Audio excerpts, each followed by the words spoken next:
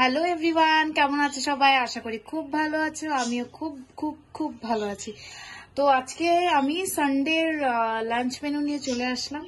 কি কি আছে দেখো, এখানে দেখতেই পাচ্ছ তোমরা। ভাত, তার উপরে আমি দিয়ে দিলাম ঘি, এখানেও দিয়ে দিলাম ঘি।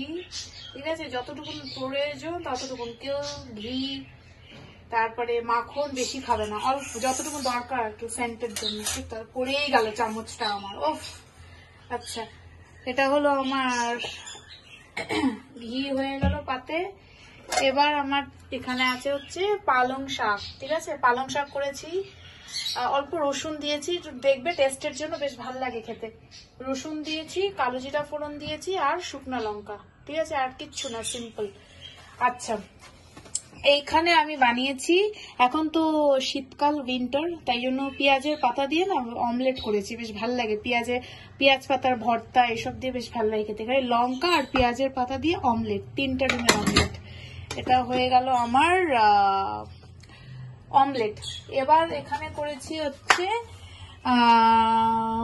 মুসুরির ডাল করেছি। এটা মুসুরির ডাল কি দিয়ে করেছি? মুসুরির ডালটা করেছি আমি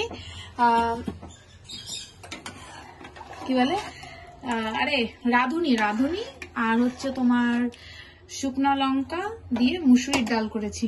ঠিক আছে, আর এখানে আরেকটা যেটা করেছি, কালকে দেখালাম তোমাদের, মাছ কিনেছিলাম আমি, কাচকি মাছ।